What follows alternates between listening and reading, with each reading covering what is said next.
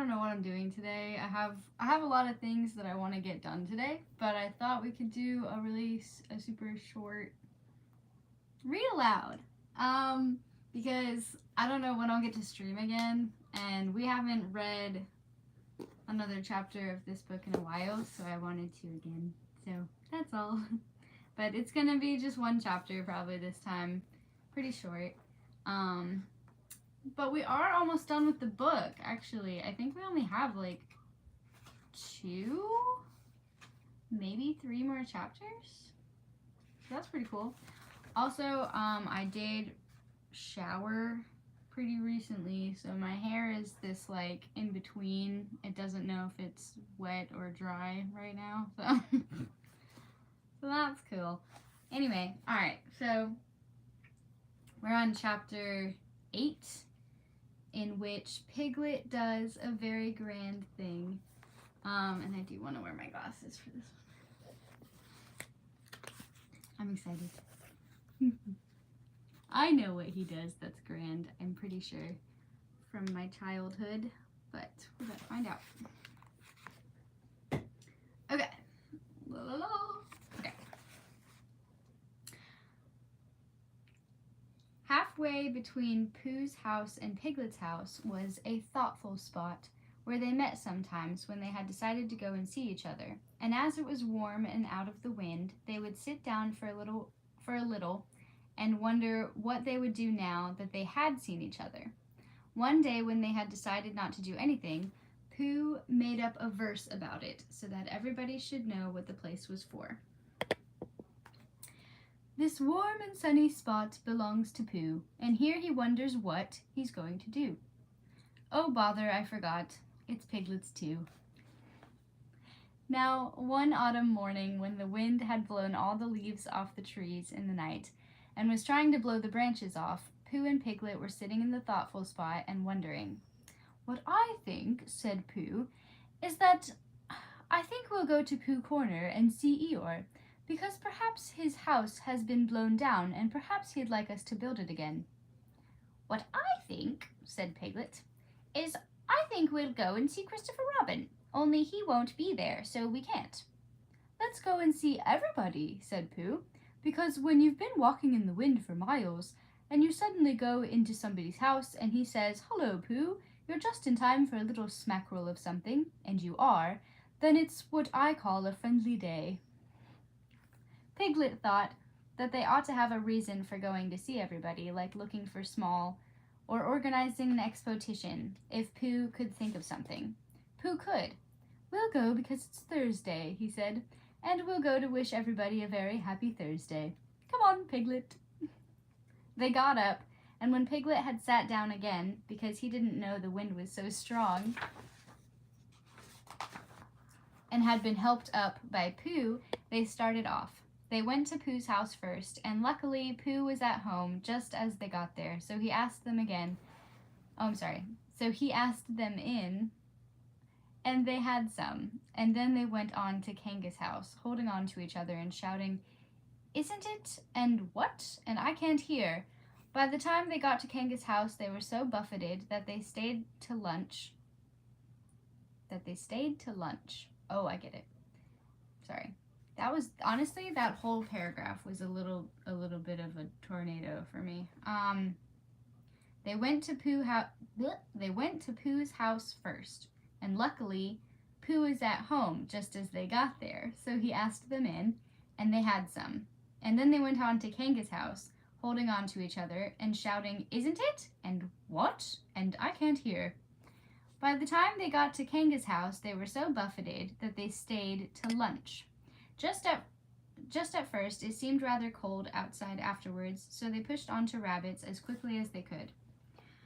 We've come to wish you a very happy Thursday, said Pooh, when he had gone in and out once or twice, just to make sure that he could get out again.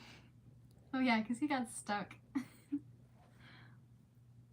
Why, what's going to happen on Thursday? Asked Rabbit, and when Pooh had explained, and Rabbit, whose life was made up of important things, said, Oh, I thought you'd really come about something. They sat down for a little, and by, Pooh and Piglet went on again. The wind was behind them now, so they didn't have to shout. Rabbit's clever, said Pooh thoughtfully. Yes, said Piglet, Rabbit's clever. And he has a brain. Yes, said Piglet, Rabbit has brain. There was a long silence. I suppose, said Pooh, that's why he never understands anything.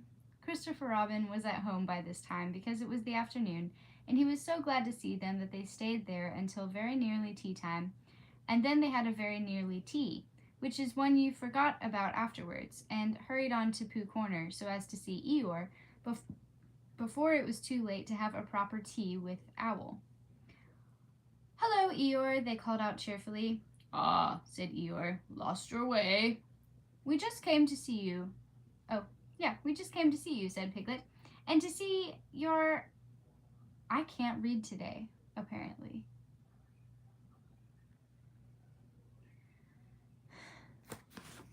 It's starting to get a little frustrating, I'm not gonna lie. Let me just, hang on. Let me just get my hair out the way.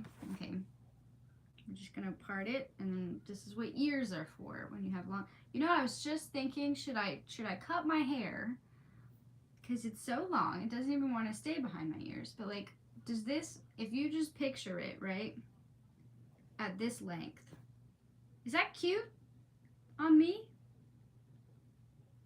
I feel like it's kind of cute. I don't know though. I don't know. I really don't know. Because I don't know how to style hair, so I don't know if I'm gonna have annoying days where I hate it. But I'm starting to feel like I want to cut my hair. I don't know. All right. Hello, Eeyore, they called out cheerfully. Ah, said Eeyore, lost your way. We just came to see you, said Piglet, and to see how your house was. Look, Pooh, it's still standing. I know, said Eeyore, very odd. Somebody ought to have come down and pushed it over. We wondered whether the wind would blow it down, said Pooh. That's why nobody's bothered, I suppose. I thought perhaps they'd forgotten. Well, I can never tell who's talking. Well, we're very glad to see you, Eeyore, and now we're going on to see Owl. That's right, you'll like Owl. He flew past a day or two ago and noticed me. He didn't actually say anything, mind you, but he knew it was me. Very friendly of him, I thought. Encouraging. Pooh and Piglet shuffled about a little and said, well, goodbye, Eeyore, as lingeringly as they could, but they had a long way to go and wanted to be getting on. Goodbye, said Eeyore. Mind you don't get blown away, little Piglet. You'd be missed. People would say, where's little Piglet been blown to? Really wanting to know. Well, goodbye, and thank you for happening to pass me. Goodbye, said Pooh and Piglet for the last time, and they pushed on to Owl's house. The wind was against them now, and Piglet's ears streamed behind him like banners as he fought his way along, and it seemed hours before he got them into the shelter of the 100-acre wood. And they stood up straight again, to listen a little nervously to the roaring of the gale among the treetops. Supposing a tree fell down, Pooh, when we were underneath it. Supposing it did, said Pooh after careful thought. Piglet was comforted by this, and in a little while they were knocking and ringing very cheerfully at Owl's door. Hello, Owl, said Pooh. I hope we're not too late for... how are you, Owl? Piglet and I just came to see how you were because it's Thursday. Sit down, Pooh. Sit down, Piglet, said Owl kindly. Make yourselves comfortable. They thanked him and made themselves as comfortable as they could. Because you see, Owl, said Pooh, we've been hurrying so as to see you before we went away again. Owl nodded solemnly. Correct me if I am wrong, he said, but am I right in supposing that it is a very blusterous day outside? Very, said Piglet, who was quietly thawing his ears and wishing that he was safely back in his own house. I thought so, said Owl. It was on just such a blusterous day as this that my Uncle Robert, a portrait of whom you see upon the wall on your right, Piglet, while returning in the late afternoon from a... What's that? There was a loud cracking noise. Look out, cried Pooh. Mind the clock. Out of the way, Piglet. Piglet, I'm falling on you. Help, cried Piglet. Pooh's side of the room was slowly tilting upwards, and his chair began sliding down on Piglet's. The clock slithered gently along the mantelpiece, collecting vases on the way, until they all crashed together onto what had once been the floor, but was now trying to see what it looked like as a wall, until Uncle Robert, who was going to be the new hearth rug and was bringing the rest of his wall with him as carpet, met Piglet's chair just as Piglet was expecting to leave it, and for a little while it became difficult to remember which was really the north. Then there was another loud crack. Owl's room collected itself feverishly, and there was silence. In a corner of the room, the tablecloth began to wiggle. Then it wrapped itself into a ball and rolled across the room. Then it jumped up and down once or twice and put out 2 ears. It rolled across the room again and unwound itself. "Pooh," said Piglet nervously. "Yes," said one of the chairs. "Where are we?" "I'm not quite sure," said the chair. Are we in Owl's house?" "I think so, because we were just going to have tea and we hadn't had it." "Oh," said Piglet. "Well, did Owl always have a letterbox in his ceiling?" "Has he?" "Yes, look." "I can't," said Pooh. "I'm face downwards under something. And that, Piglet, is a very bad position for looking at ceilings." "Well, he has, Pooh." "Perhaps he's changed it," said Pooh, "just for a change." There was a disturbance behind the table in the other corner of the room, and Owl was with them again. "Ah, Piglet," said Owl, looking very much annoyed. "Where's Pooh?" "I'm not quite sure," said Pooh. Owl turned at his voice and frowned at as much of Pooh as he could see. "Pooh," said Owl severely, "how did you do that?" "No," said Pooh humbly, "I don't think so." "Then who did?" "I think it was the wind," said Piglet. "I think your house is blown down." "Oh, is that it? I thought it was Pooh." "No," said Pooh. "If it was the wind," said Owl, considering the matter, "then it wasn't Pooh's fault. No blame can be attached to him." With these kind of words, he flew up to look at his new ceiling. "Piglet," called Pooh in a loud whisper. Piglet leaned down to him. "Yes, Pooh." "What did he say was attached to me?" "He said he didn't blame you." "Oh, I thought he meant... Oh, I see." "Ow," said Piglet. "Come down and help, Pooh." Owl... Oh, sorry. My brain isn't working today. "Owl," said Piglet. "Come down and help Pooh." Owl, who was admiring his letterbox, flew down again. Together they pushed and pulled at the armchair, and in a little while Pooh came down from underneath and was able to look round him again. "Well," said Owl, "this is a nice state of things." "What are we going to do, Pooh? Can you think of anything?" asked Piglet. "Well, I had just thought of something," said Pooh. "It was just a little thing I thought of," and he began to sing. "I lay on my chest, and I thought it best to pretend I was having an evening rest. I lay on my tum, and I tried to hum, but nothing particular seemed to come. My face was flat on the floor, and that is all very well for an acrobat, but it doesn't seem fair to a friendly bear to stiffen him out with a basket chair. And a sort of squoze, which grows and grows, is not too nice for his poor old nose, and a sort of squelch is much too much for his neck and his mouth and his ears and such." "That was all," said Pooh.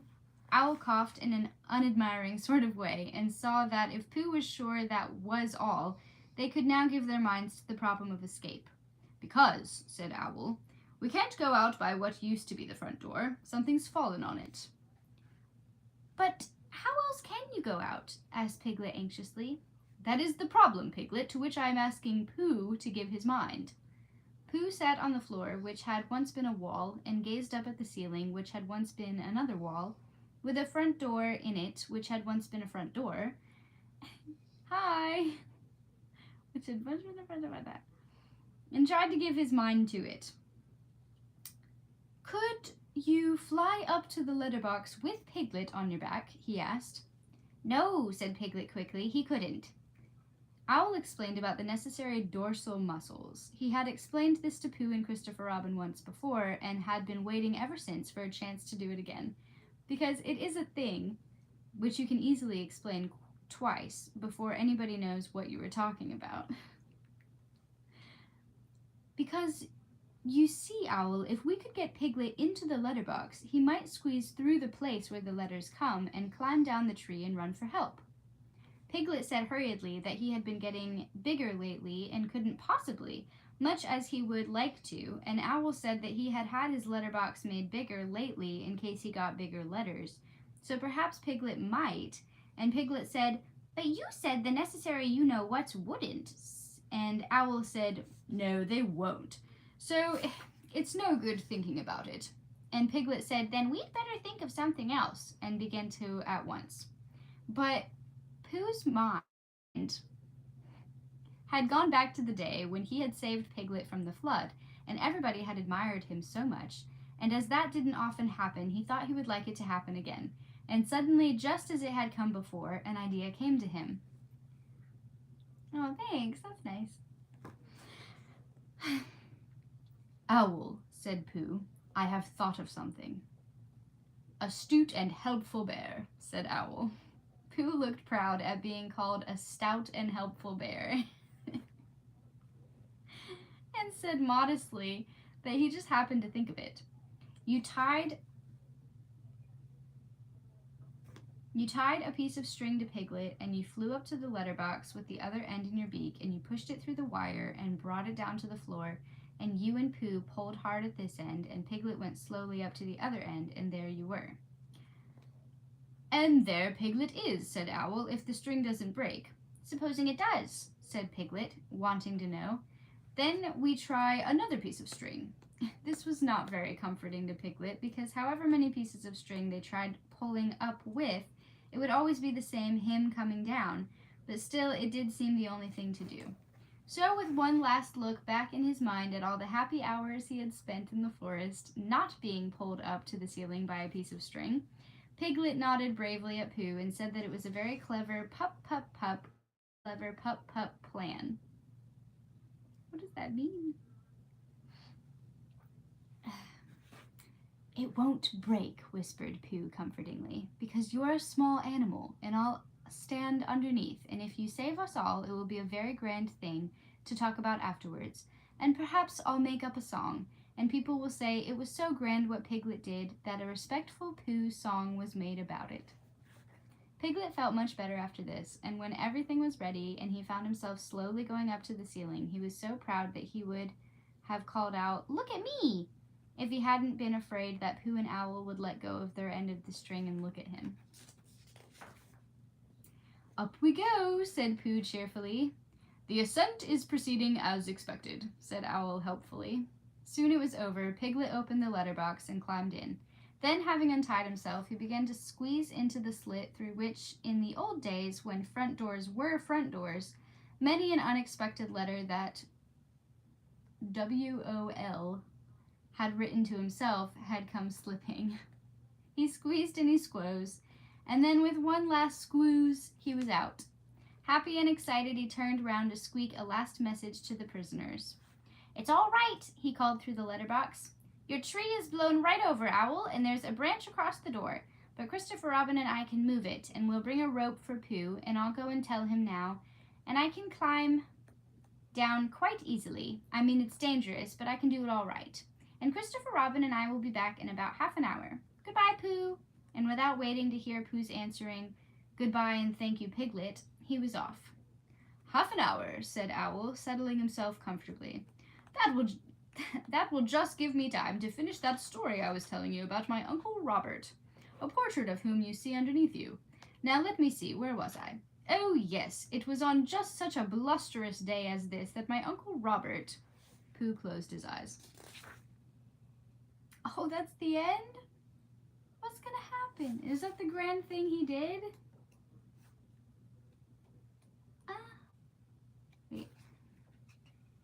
Wait, I want to read another one.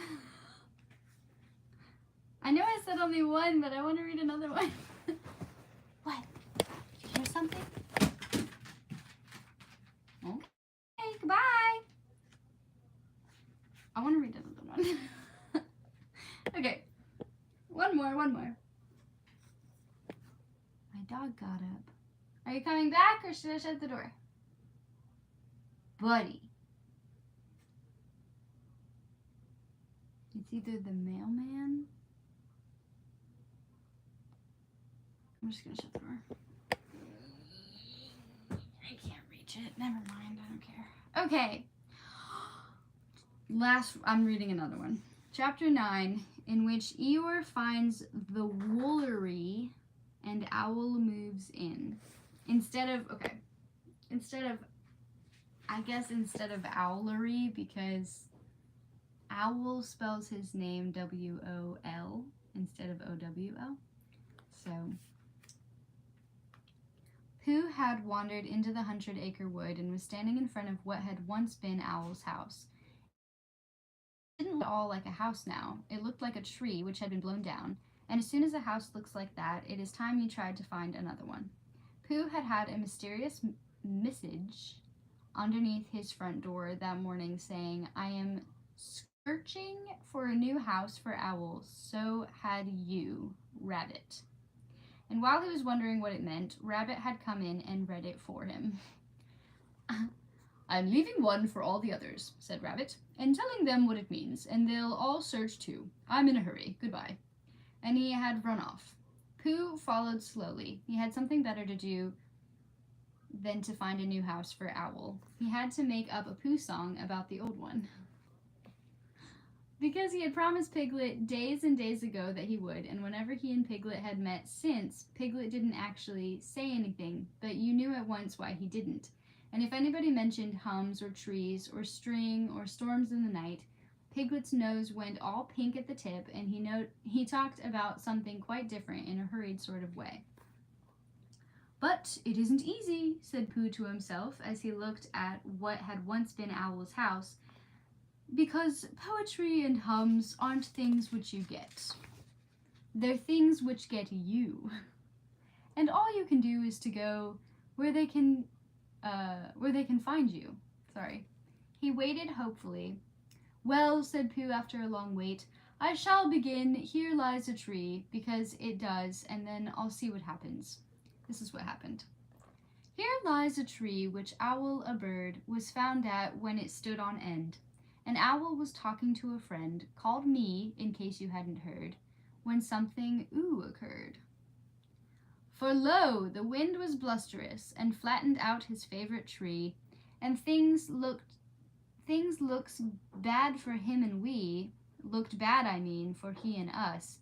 I've never known them wuss.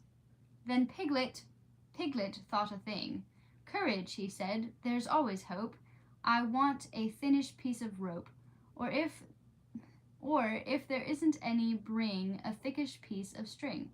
So to the letterbox he rose, while Pooh and Owl said 'oh' and 'hum,' and where the letters always come, called letters only, Piglet squoze his head and then his toes. Oh, gallant Piglet, Piglet, ho! Did Piglet tremble? Did he blinch? No, no, he struggled inch by inch, through letters only, as I know, because I saw him go. He ran, and then he stood, and shouted help for Owl, a bird, and Pooh, a bear, until he heard the others coming through the wood as quickly as they could. Help, help, and rescue, Piglet cried, and showed the others where to go. Sing ho for Piglet, Piglet ho, and soon the door was opened wide, and we were both outside. Sing ho for Piglet, Piglet ho ho. So there it is, said Pooh, when he had sung this to himself 3 times. It's come different from what I thought it would, but it's come. Now I must go and sing to Piglet. I am searching for a new house for Owl, so had you, Rabbit. What's all this? Said Eeyore. Rabbit explained.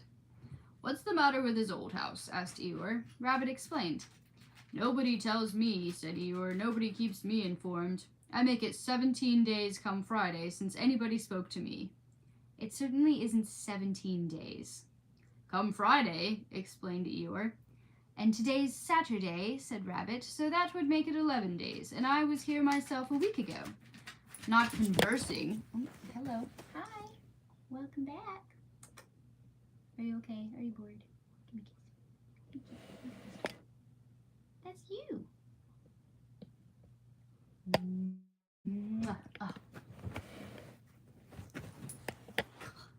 Okay.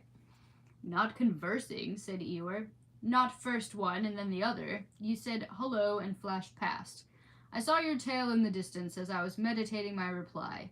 I had thought of saying what, but of course it was then too late. Well, I was in a hurry.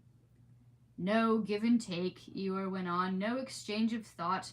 Hello, what? I mean, it gets you nowhere, particularly if the other person's tail is only just in sight for the second half of the conversation. It's your fault, Eeyore. You've never been to see any of us. You just stay here in this one corner of the forest, waiting for the others to come to you. Why don't you go to them sometimes?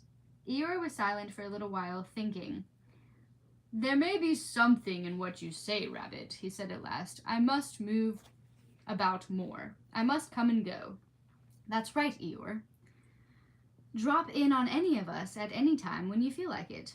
Thank you, Rabbit. And if anybody says in a loud voice, bother, it's Eeyore, I can drop out again. Rabbit stood on one leg for a moment. Well, he said, I must be going. Goodbye, said Eeyore. What? Oh, goodbye. And if you do come across a house for Owl, you must let us know. I will give my mind to it, said Eeyore. Rabbit went. Pooh had found Piglet, and they were walking back to the 100-acre wood together. Piglet, said Pooh a little shyly, after they had walked for some time without saying anything. Yes, Pooh? Do you remember when I said that a respectful Pooh song might be written about you-know-what? Did you, Pooh? Said Piglet, getting a little pink round the nose. Oh, yes, I believe you did. It's been written, Piglet. The pink went slowly up Piglet's nose to his ears and settled there. Has it, Pooh? He asked huskily. About that time when... Do you mean really written? Yes, Piglet. The tips of Piglet's ears glowed suddenly, and he tried to say something, but even after he had husked once or twice, nothing came out. So Pooh went on. There are 7 verses in it. 7, said Piglet as carelessly as he could. You don't often get 7 verses in a hum, do you, Pooh? Never, said Pooh. I don't suppose it's ever been heard of before. Do the others know yet? Asked Piglet, stopping for a moment to pick up a stick and throw it away. No, said Pooh, and I wondered which you would like best, for me to hum it now, or to wait till we find the others and then hum it to all of you. Piglet thought for a little. I think what I'd like best, Pooh, is I'd like you to hum it to me now, and then to hum it to all of us. But then everybody would hear it, but I could say, oh yes, Pooh's told me, and pretend not to be listening. So Pooh hummed it to him, all the 7 verses, and Piglet said nothing, but just stood and glowed. Never before had anyone sung Ho for Piglet, Piglet Ho, all by himself. When it was over, he wanted to ask for one of the verses over again, but didn't quite like to. It was the verse beginning, O gallant Piglet, and it seemed to him a very thoughtful way of beginning a piece of poetry. Are you so happy and comfortable? He's so cute. Okay. Did I really do all that? He said at last. Well, said Pooh, in poetry, in a piece of poetry, well, you did it, Piglet, because the poetry says you did, and that's how people know.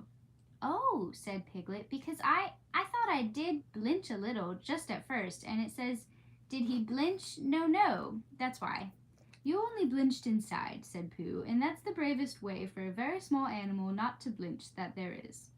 Piglet sighed with happiness and began to think about himself. He was brave. When they got to Owl's old house, they found everybody else there except Eeyore. Christopher Robin was telling them what to do, and Rabbit was telling them again directly afterwards, in case they hadn't heard, and then they were all doing it. They had got a rope and were pulling Owl's chairs and pictures and things out of his old house so as to be ready to put them into his new one. Kanka was down below, tying the things on and calling out to Owl, You won't want this dirty old dishcloth anymore, will you? And what about this carpet? It's all in holes. And Owl was calling back indignantly, Of course I do. It's just a question of arranging the furniture properly. And it isn't a dishcloth, it's my shawl. Every now and then Roo fell in and came back on the rope with the next article, which flustered Kanga a little because she never knew where to look for him. So she got across with Owl and said that his house was a disgrace, all damp and dirty, and it was quite time it did tumble down. Look at that horrid bunch of toadstools growing out of the floor there. So Owl looked down a little surprised because he didn't know about this, and then gave a short, sarcastic laugh and explained that that was his sponge, and that if people didn't know a perfectly ordinary bath sponge when they saw it, things were coming to a pretty pass. Well, said Kanga, and Roo fell in quickly crying. I must see Owl's sponge. Oh, there it is. Oh, Owl, isn't it a sponge? It's a spudge. Do you know what a spudge is, Owl? It's when your sponge gets all... And Kanga said, Roo, dear, very quickly, because that's not the way to talk to anybody who can spell Tuesday. Sorry. But they were all quite happy when Pooh and Piglet came along, and they stopped working in order to have a little rest and listen to Pooh's new song. So then they all told Pooh how good it was, and Piglet said carelessly, It is good, isn't it? I mean, as a song. And what about the new house? Asked Pooh. Have you found it, Owl? He's found a name for it, said Christopher Robin lazily, nibbling at a piece of grass. So now all he wants is the house. I am calling it this, said Owl importantly, and he showed them what he had been making. It was a square piece of board with the name of the house painted on it. The Woolery. It was at this exciting moment that something came through the trees and bumped into Owl. The board fell to the ground, and Piglet and Roo bent over it eagerly. Oh, it's you, said Owl crossly.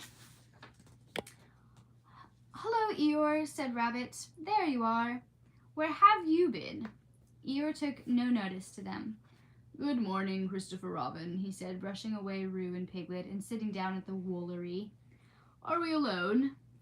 Yes, said Christopher Robin, smiling to himself.